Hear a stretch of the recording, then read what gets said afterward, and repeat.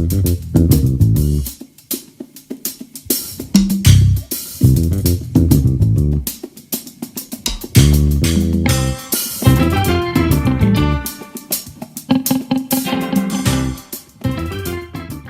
Rabai is a saxophonist, born and raised in Nairobi. I got passionate about music when I was pretty young, like back in primary school.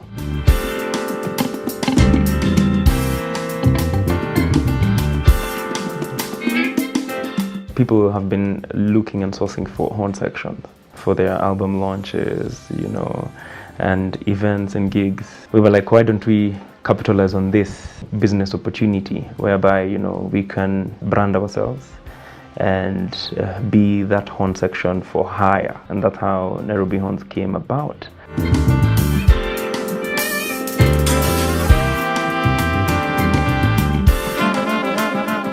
The beauty about jazz and what draws me to the genre is how not so easy it is. It sounds easy, but there's a lot of features in the music that would challenge you, and you really need to work on it.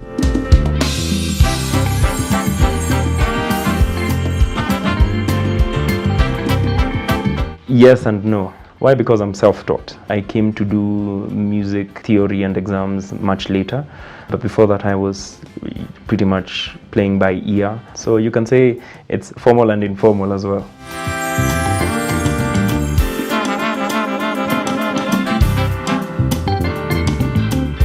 I didn't get the opportunity to go to college, and I was like, what do I have with me? What skill do I have, and what can I use to put bread on my table? I focused on my music, hoping that it would come through for me and, give me some sort of breakthrough. I got into bands, played for projects. So far, that's the journey for me. Yeah, it's been around 12 years now.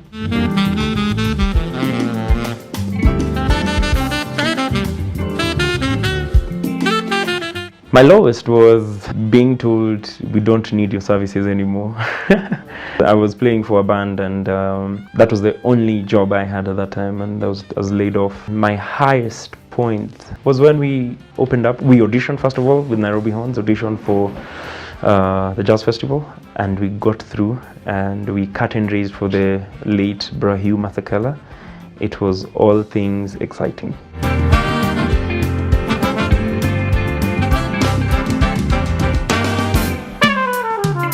The most memorable performance was being part of the Joy of Jazz Festival in South Africa. It's one big festival that you find more than 30 artists from all over the world have come in this one place, and you get to hang out with them and meet them.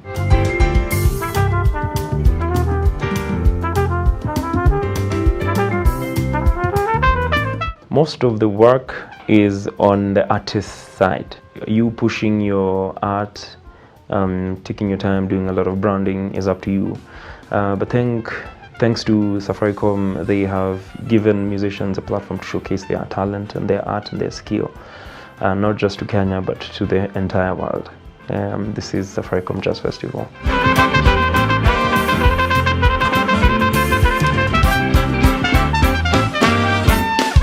Jazz as a genre is not celebrated and consumed here as much as in other Western countries or other countries, like for example South Africa.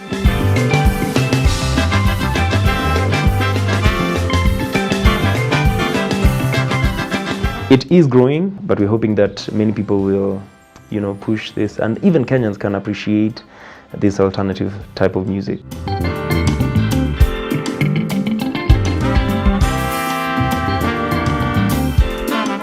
For you to succeed, you need to, first of all, have your skill in check. Work on your skills, learn the history of these musicians. Practice, man. Practice and practice and practice. Also a lot of branding, and put your name out there.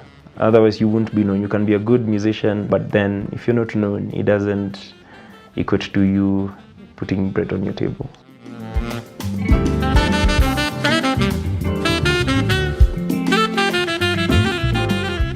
When I was starting, I was doing around 3-4 hours a day. But now, because over time you now know what you need to do. You're working on your weaknesses, and so it's an hour and a half and a lot of listening.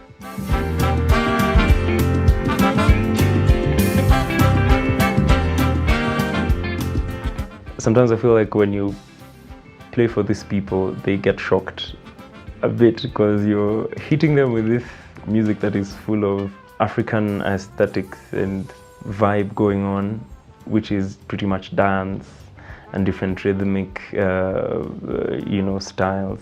But you see, the local crowd resonates to our sound because when you put that little bit of mugithi or hangla in your music, or a little bit of chakacha, they resonate to it.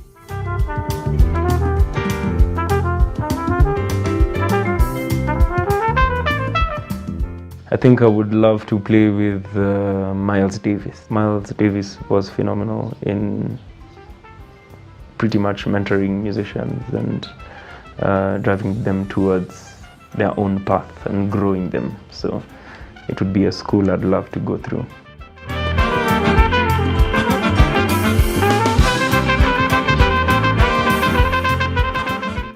I would like to see a jazz scene grow into an industry. Not a scene, an industry, whereby you put up a concert and it's sold out, and so you have to do it over a weekend, like a Friday, Saturday and Sunday.